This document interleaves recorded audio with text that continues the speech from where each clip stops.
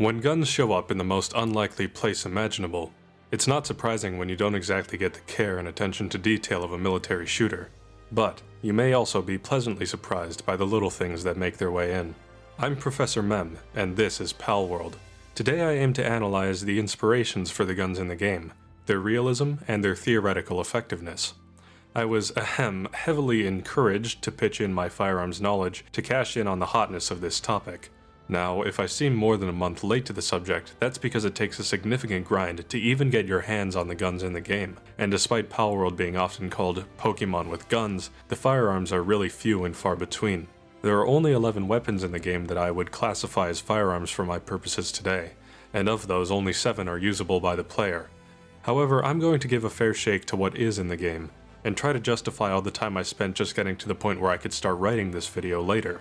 Let's progress our discussion in line with the progression of the game, looking at the guns as you unlock them by level.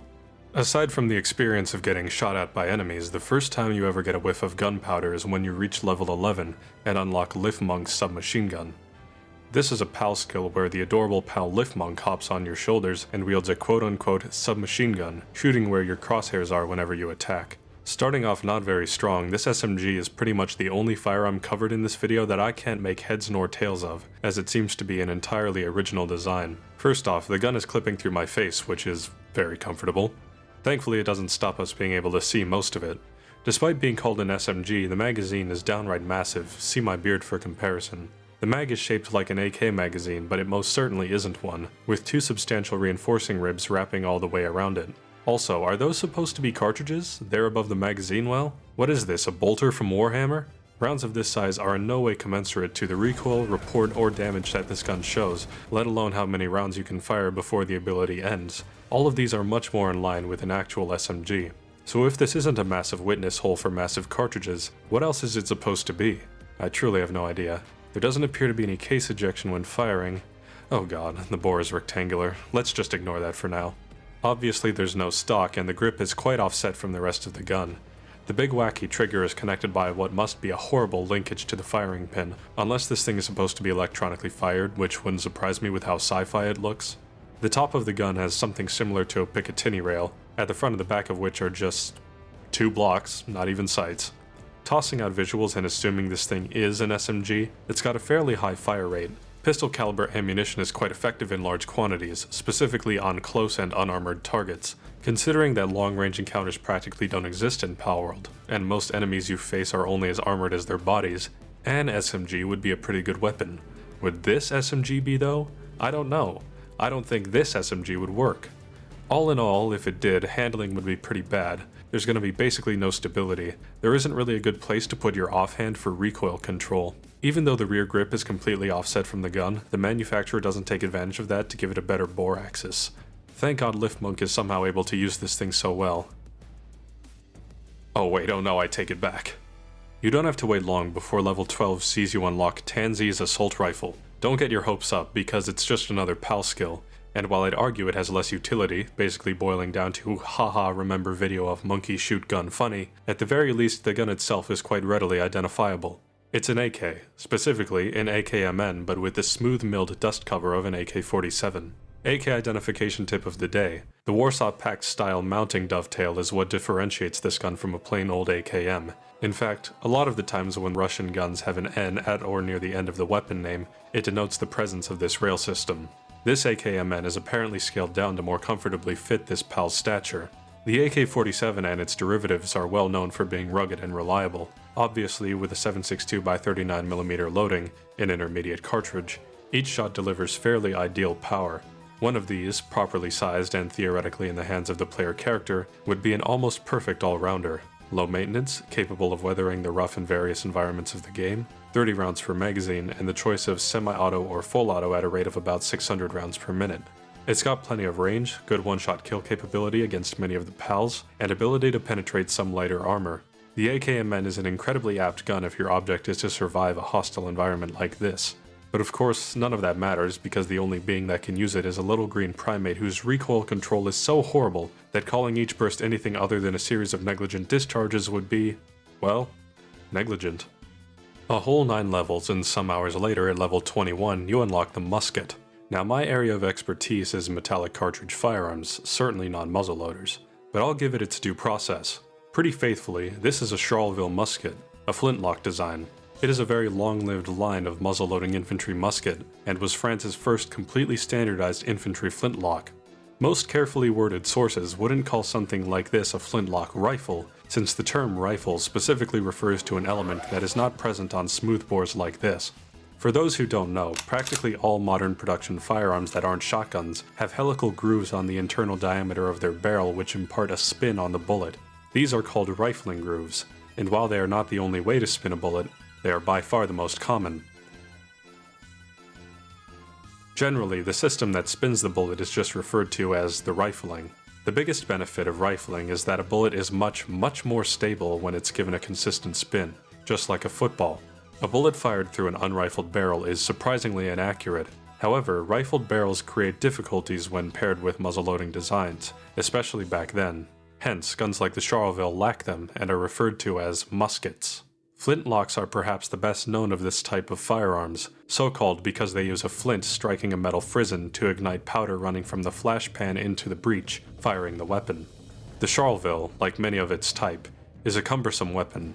60 inches long and weighing 10 pounds, with a 40-inch barrel, it's well beyond anything we're used to seeing in the hands of shooters today. Even with all of that barrel length, due to the fact that black powder is not as powerful as smokeless powder, its muzzle velocity is in the low to mid 300 meters per second range, similar to a 9mm handgun. This, in conjunction with being unrifled, means that the Charleville's effective range against a man-sized target is only rated anywhere from 50 to 100 meters. Pretty dismal, and a far cry from what we see in the game. The good news is that the Charleville has a 69 caliber bore, you may now laugh. Apparently though, the musket balls used were actually smaller 0.65 inch diameter projectiles, or 16.5mm, in order to comfortably travel through the barrel when taking powder fouling and a cartridge's paper packaging into consideration. The point is, it's a big projectile that delivers a ton of energy in its effective range, almost as much as 30-06, and since it's a lead projectile, it devastates tissue. The reload shown in-game is mechanically faithful, but not exactly animated accurately. That is to say, it showed more attention to detail than I expected, but still for the purposes of not being extremely grating, streamlines the process for speed. After firing, this, presumably a representation of a paper cartridge, is used to fill the flash pan. Then both the hammer and frizzen are cocked in one stroke. Of note is that 1. The flint is not actually present in the jaws, and 2. Cocking a musket before loading the barrel is pretty unsafe, but it's done here for speed of course. Then the player character stylishly juggles the musket to more quickly put the rest of the cartridge in the muzzle. It can be seen protruding before the ramrod is rapidly deployed to only barely push the cartridge in, then the gun is returned to a shooting position. In-game this takes 5 to 6 seconds, in reality it takes closer to 20 to 30 seconds. In this hypothetical realistic scenario, it can't be denied that even with all of its drawbacks, as the first firearm the player gets in the game, the musket would be a huge force multiplier. It's very cumbersome for a very narrow range of usability, that being fairly short range and very slow firing, but if you save your shot for important targets, you'll be able to wipe out almost anything if you get a good hit. You'd likely abandon it the moment any smokeless powder metallic cartridge loader came along though, so basically any small arm manufactured in the last 140 years. That's a pretty low bar. At level 25, the makeshift handgun is unlocked, and despite the name and initial impressions from the appearance, in function it seems to be a very competent weapon. Of course, since this is a video game with more casual firearms mechanics, every gun operates flawlessly, regardless of how jam-happy this thing looks like it would be in reality. Taking a closer look, this is, I'm sorry to say, a very abused M1911A1 pistol. Looking at all of the non-standard features, the finish is achieved using a special neglecting process that brings out a look manufacturers call ruck. The slide is perforated on both sides, the trigger guard is gone, and the trigger itself has been replaced with a brightly colored piece of scrap metal, turning it from a straight pull trigger into a hinged one. The barrel is threaded and slightly elongated to compensate. Instead of a rear sight, we have a small wing nut. The hammer is, aftermarket. The left side grip panel is almost entirely missing, allowing an unobstructed view into the magazine well, and the grip portion of the gun itself is wrapped with some blue cord. Also, if you hadn't noticed, the gun is quite oversized. In the animation department, I'm rather impressed that the effort has been taken to actually animate the tipping of the M1911's barrel, both when firing and reloading. Unfortunately though, all guns except the pump-action shotgun only use one reload animation, meaning that the slide is always locked back during a reload and needs to be dropped, even on partial reloads. While the gun is semi-auto, there is an honestly low fire rate cap. You see the player character shaking his head? That's me trying to shoot out of turn. Bro is saying, "Nuh-uh, don't shoot yet." Furthermore, the capacity is only 6 rounds, which is only one short of a real M1911's magazine capacity. Also, I will point out now that this game does not have a one-in-the-chamber mechanic, with reloads always bringing you to the same capacity. But if you're in the business of overanalyzing, like me, you'll notice that the biggest unanswered question is the ammunition itself. It uses so-called coarse ammo, just like the musket, but of course that doesn't make any sense. Semi-automatic firearms can't use anything close to what's used in a muzzle-loading musket, let alone a semi-auto handgun. Although we can't glean any clue from the magazine since it's modeled empty, there are clearly casings being ejected with each shot as you would expect, and there's a clear distinction between the sound of slower ignition and the plumes of smoke indicative of black powder and the fast and clean muzzle flashes of smokeless powder. Moreover, the icon of the ammo itself makes it look like a lone projectile, not a cased cartridge. However, it's not a musket ball or paper cartridge either, as would make sense for the Charleville. It looks more like a muzzle-loading rifle round with 2 metallic sabots. That doesn't fit either gun, so I really don't know what to think. This and shotgun shells are the only ammo type used in 2 different guns too, and yeah, it makes sense for the shotguns since basically everything is 12 gauge. But it's hard to think of 2 small arms whose ammunition are as different as muskets and self-loading pistols. I know that nobody from the development team is watching, but I have an honest recommendation. Turn the makeshift handgun into a revolver instead of a 1911. It fits a lot better with a low fire rate and 6-round capacity, but it also gives them a chance to maybe make it a ball and cap revolver, making the shared ammo with the musket a lot more reasonable. At the same time, it would diversify the loadout in general, adding a new class of firearm, and something that doesn't share animations with another gun in the game. Okay, assuming that the size of the gun is stylistic, we can look at the makeshift handgun in one of 2 ways. Either as a butchered M1911A1 that tries to load musket balls in black powder, in which case it would just never work, or as a butchered M1911A1 that can only fit 6 rounds of 45 ACP, or maybe it uses a slightly larger cartridge like 50 GI. This gun would be certainly ergonomically worse than a stock M1911. Due to the unflattering condition of the gun and the multiple new openings, it's highly likely that reliability issues would crop up, although from what I can tell, none of these new parts or cuts would make the gun inherently unsafe to fire. In this case, I would honestly prefer to use this, dodgy as it is, over a perfect condition Charleville musket. One shot's maximum wounding potential would be much lower, but the max range wouldn't be that much worse, and accuracy may even be better. The power of 45 ACP is very good on unarmored targets within pistol range. I'd say it can safely deal with most threats in the game. Even if the magazines were stiff as hell, I mean even if the recoil action didn't work and you had to rack the slide for every shot, even then, the increase in shot output would be significant enough to leave the effectiveness of the musket in the dust. And it goes without saying, the portability of the makeshift handgun is a massive upgrade. At level 29, you get basically a straight upgrade to the makeshift handgun. A weapon that is inspiringly just called handgun. This appears to be an original design, although pretty clearly 1911 based. In fact, it shares animations with the makeshift handgun, and is like it quite large. Of course, there's no shortage of M1911 based handguns with nickel finishes and black grips in the real world, so let's try to narrow it down a bit.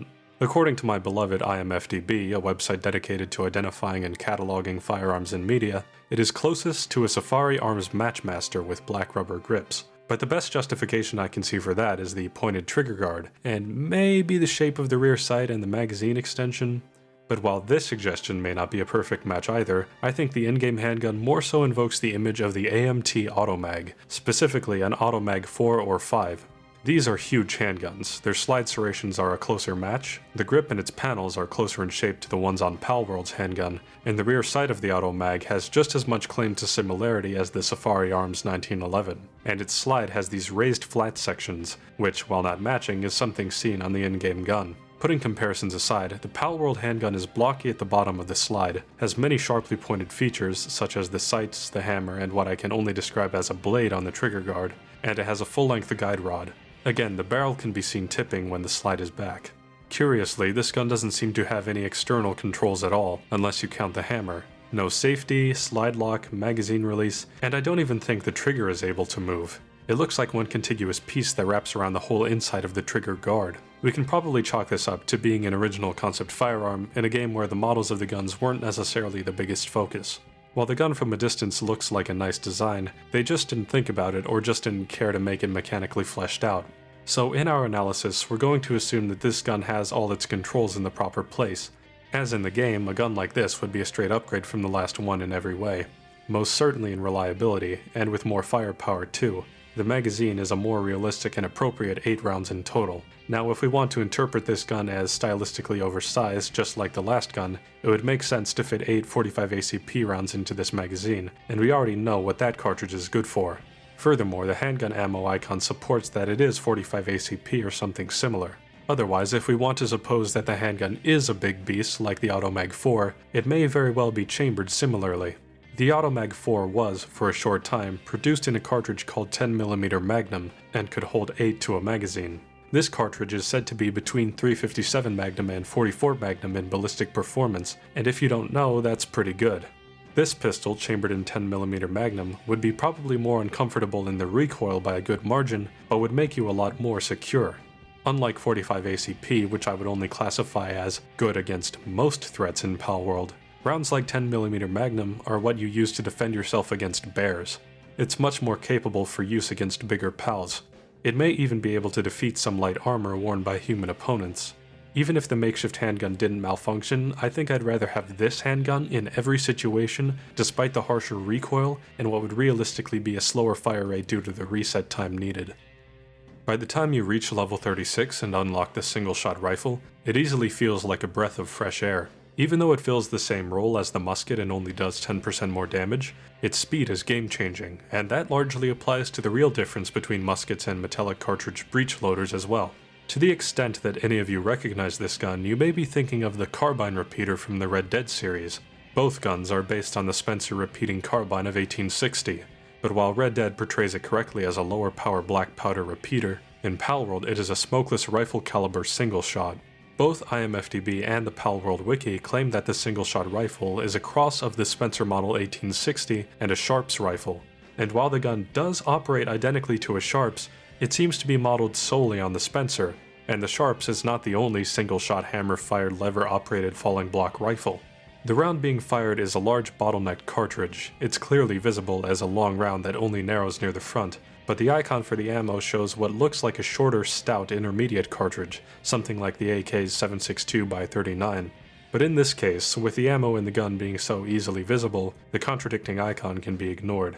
Some features of note: this rifle is operated with a lever integrated into the trigger guard. Opening the lever drops the locking block and automatically ejects the empty case.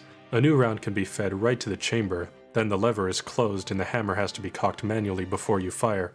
The lever is something of a hybrid of the levers usually found on these guns, which are little more than hinged trigger guards, and those found on the lever action repeaters of Winchester and Marlin, which are full lever loops. It's a very cool addition original to this portrayal of the Spencer, and it would make operating the lever faster and easier. There is a ladder sight flipped up, though adjusted way too high for the kind of ranges you usually shoot people at in Palworld. But that's not really an issue, it's adjustable and all. There is a marking on the top of the receiver calling this gun the Shanin repeating rifle, which, I hope you know, repeating is literally the opposite of single shot. So with the cartridge we see loaded, it's likely that the single shot rifle has the power of North American big game rifles, very formidable at taking down large targets at long range with only a single bullet, certainly capable of defending against even the biggest pals in Palworld, and bagging anything smaller. You'd have the advantage of distance over every enemy in the game. Honestly, my biggest worry is that on that handguard, my hand might slip and touch a hot barrel. The rapidity of shots may not seem like much to you, but in my opinion it's enough with this high power. At the point where you have this gun, the only remaining significant threat to you is having to face multiple human enemies with firearms, which by the standards of Palworld's universe is a status of luxury. From here on, you don't really have to wait tons of levels before you get your next guns. Only 3 levels higher than the single-shot rifle, at level 36, you unlock the double-barrel shotgun. The double-barreled side-by-side shotgun is such a uniform and prolific class of firearm that most people wouldn't bother trying to identify a specific model, especially in a game that can be as ambiguous as this. But we don't need to identify it because we already know how it works. This is a hammer-fired double-barrel, so those will have to be manually cocked before firing. The player character does so by sweeping over both in one motion. But other than that, I'm sure you know the drill. There are 2 triggers, one fires the left barrel and another fires the right. In real emergencies, both can be fired at once. An automatic extractor ensures that both shells leave the breech when the gun is opened. Inconvenient if you've only fired one barrel, but at least it makes reloading faster. On firing, 9 projectiles come out, meaning that the gun is almost certainly firing 12-gauge double-aught buck, a very popular and strong loading that contains 9 lead pellets 0.33 inches in diameter. Just one of these pellets is compared to a shot of 32 ACP, a slightly diminutive cartridge used in pocket pistols, but since there are 9, it's like firing the whole magazine at once. As the name implies, this sort of firepower is rated for use against deer, but double-aught buck is also a long-standing anti-personnel shot shell. The cumulative damage and higher hit probability make it quite good at dispatching targets deer-sized or smaller with one shot. However, the 0.33-inch lead balls of double-aught buck are individually the weakest projectiles we have seen. Shot struggles with penetration, especially if it's spread out, meaning good armor coverage can protect fairly well against it, and large creatures with thick skin may not be as bothered by it. The third-person framing certainly puts into perspective how absurd and physics-defying the spread on this gun is. It's extremely wide, by my estimate more than a meter across when standing only a few meters away from the target. In reality, double-aught buck out of a barrel like this can make enough hits at a range of 50 meters, that being basically the extent of its effective range, which is more than most video games give shotguns credit for. Devastating against most things within typical Palworld engagement distances, the only things you would struggle against at those distances would be armor and high numbers. It's a very good survival gun, but given the abundance of dangerous game in Palworld, if I had to choose between one or the other, I'd rather bring the single-shot rifle out on most days. At level 40, you get access to one of the most exciting things I was looking forward to from the game's promotional images, the mounted machine gun. Imagine my disappointment when I found out that I'm not allowed to use it. Only pals in the base can. At least, allegedly they can. Even when I tried assigning a pal to my mounted gun during a raid on my base, it just wouldn't go, depriving me of a chance to see it in action. After multiple tries, this has never worked, so I've stopped trying. It appears that even when it does work, it's nothing special to look at. This mounted machine gun, of course, is the famous Browning M2, chambered in 50 BMG. It sits about waist height behind some sandbags, mounted on a 4-legged monopod instead of its usual tripod, and has a belt box feeding it its ammo. From what I can tell, it's quite faithfully modeled to the extent of the game's graphical fidelity. Certainly nothing big stands out to me, but this is a very large and complex weapon that I admit I have not studied much. This is the heavy barrel version of the M2, meaning it fires at a reasonably slow 450 to 600 rounds per minute. This asset can only be placed inside of a base, so its function is quite clear. It's a dedicated defensive emplacement. Against infantry, and to a certain extent to light vehicles, it is a superb tool for such a job. As the most powerful cartridge spotlighted in this video, there's no doubt that 50 Browning machine gun is the paramount round for taking no chances. It's certainly overkill against smaller pals, but that's the price you pay for ensuring effectiveness against the largest of foes. In a defensive position like the one I have set up here, where there is only one entrance to the base, well, let's just say that I have yet to see a single assembled force in this game which would reasonably make it past this point. I mean, come on, you don't need me to tell you that the M2 gets shit done. But the M2 isn't the only thing you unlock at level 40, you also get Grizzbolt's minigun. Sadly, again, this is just a PAL skill akin to Lifmunk's SMG, although this weapon model is used by some enemies too. You hop onto the back of Grizzbolt, also known as My Neighbor Terminator, and hold right-click to conjure a quote-unquote minigun, a fictional design, though its inspiration is very clear. Handheld 7.62x51mm miniguns, usually General Electric M134s, only really exist in fiction, and are most represented in video games. The earliest example would be Ol Painless from the 1987 movie Predator, which, while having an underhanded pistol grip, had an M60 handguard mounted underneath the barrel so the shooter could support it with her offhand from below. This very same gun was reworked a few years later for Terminator 2, now featuring a chainsaw-style grip on top of the weapon. It was this depiction that codified the handheld minigun, and it's the configuration of weapon we see in the game. I want to state for clarity that minigun is the name of a specific weapon, just like M16 is the name of a specific weapon. The minigun belongs to a class of weapons called rotary machine guns for anything 50 caliber or smaller, or rotary autocannons when referring to anything bigger, most commonly 20mm. Not all rotary machine guns or autocannons are miniguns, but all miniguns are rotary machine guns. That being said, I may still use the term interchangeably, especially because minigun rolls off the tongue better. What we see in the game is a rotary machine gun with 6 barrels, a large attached belt box that presents the belt to the action via this feed chute, and an ejection hole where casings spill out. According to text on the box, it holds 500, quote, 50 cal rounds, and based on size, 50 BMG seems about right. However, there are some issues. There's no spin up before firing. When I press my mouse button, the barrels start spinning at full speed and firing immediately, though full speed is a bit underwhelming. Usually these 6-barrel rotary electrics can fire up to 6,000 rounds per minute, and basically never lower than 1,250 rounds per minute. But the fire rate in game seems very low for that range. Additionally, the projectiles travel much slower than any other bullet, being very easy to track mid-air.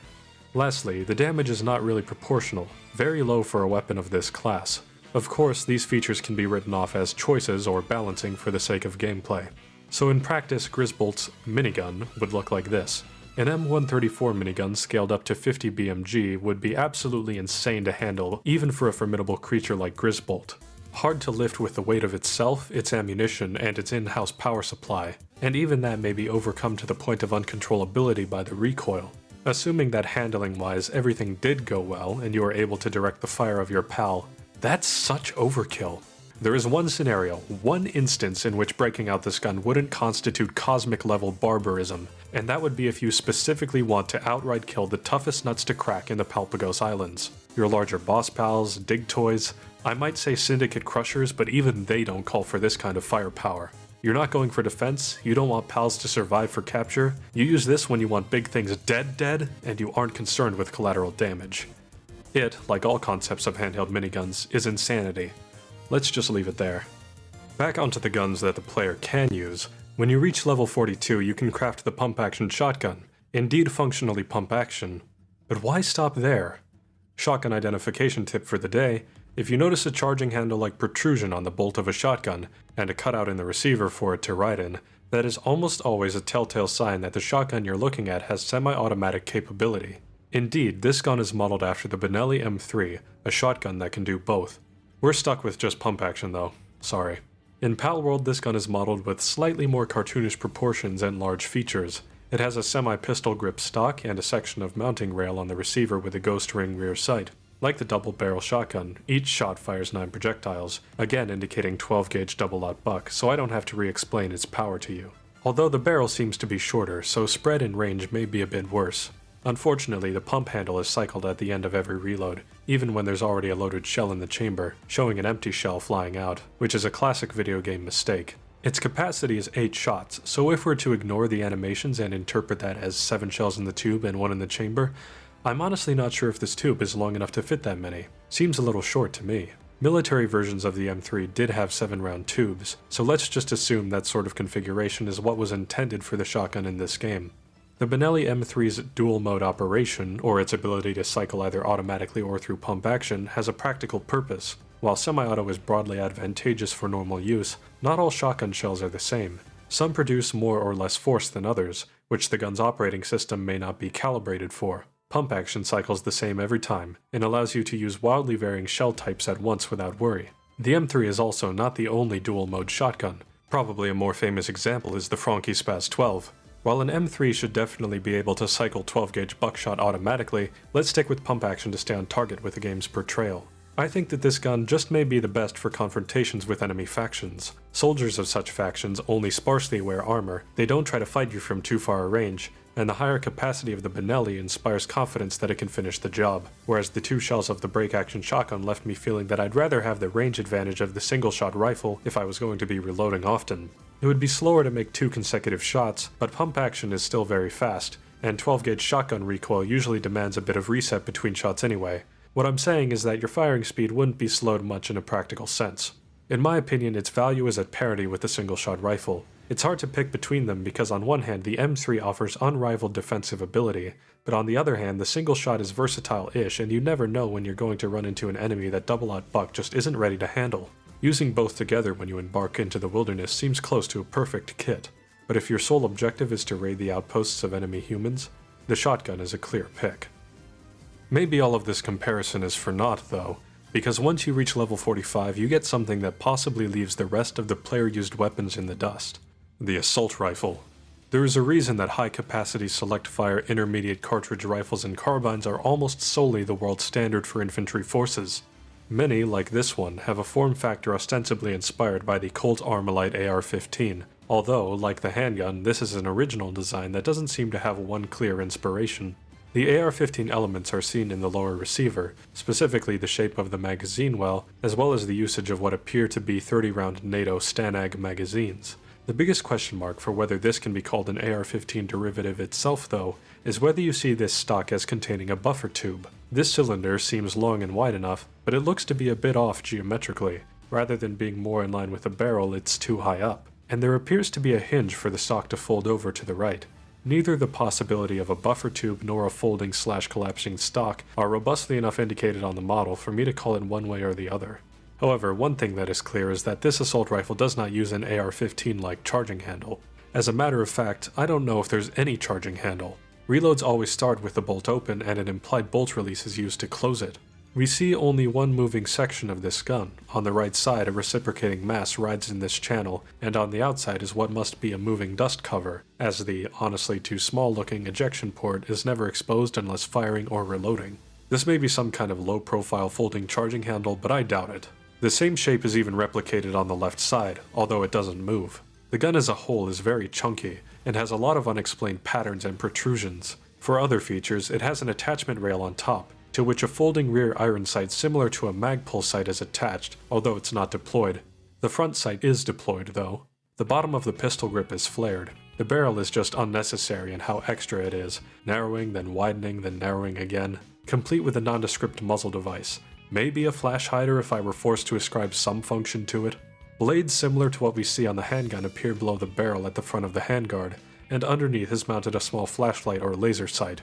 For how the gun functions in-game, it has a high fire rate, around what's expected for an M16, and despite being clearly modeled after 30-round magazines, there's only a 20-round capacity. Should we take this to mean that it uses something larger than standard? How are we supposed to know? The assault rifle ammo icon shows a round that looks like it could be based on 300 AAC Blackout, another intermediate cartridge compatible with Stanag magazines, but the same amount of 300 Blackout can be fit into a magazine as 5.56 NATO, the standard cartridge. Plus, we know these ammo icons aren't reliable for this info. Alright, let's just assume that these magazines are only loaded to 20 rounds or have spacers or something, and that the ejection port is big enough to let out rounds in cases. We're looking at rapid intermediate cartridge power. That's either 300 AAC Blackout or 5.56 by 45mm NATO.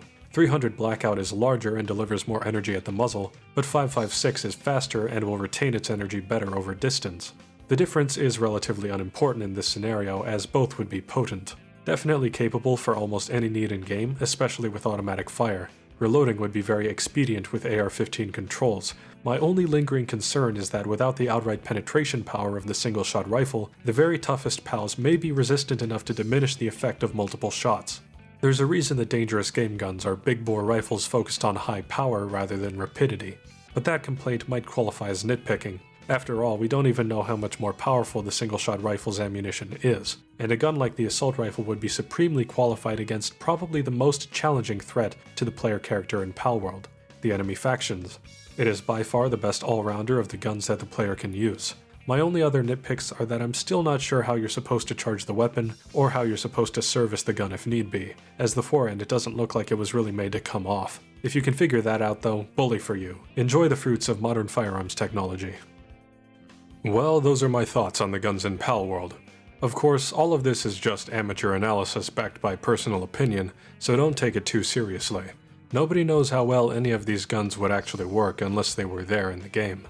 I know this is a break from the usual content I do, but it's in line with the kind of direction that I want to take my channel in the future. That being analyzing and comparing the guns themselves that are found in games. Now, Palworld was not my first pick for this process, but sometimes somebody nags you enough to turn a bad idea into a good idea. That doesn't mean I'm done with tier lists yet. I know I've been talking about it and teasing it for a while, and Battlefield 1 gameplay content is in the works, but I have to use all my Palworld footage so I can delete it with a clear conscience and free up all that space. So the next video will be an off-topic Palworld video, then we're back to regularly scheduled programming. Also, side note, holy shit, did the people ever show up for my last video. It's an honor to have a video get that much attention for a smaller channel like mine, and I'm glad to have all the new subs on board. Thanks for watching. Let me know your thoughts. I'm Professor Mem. Have a day.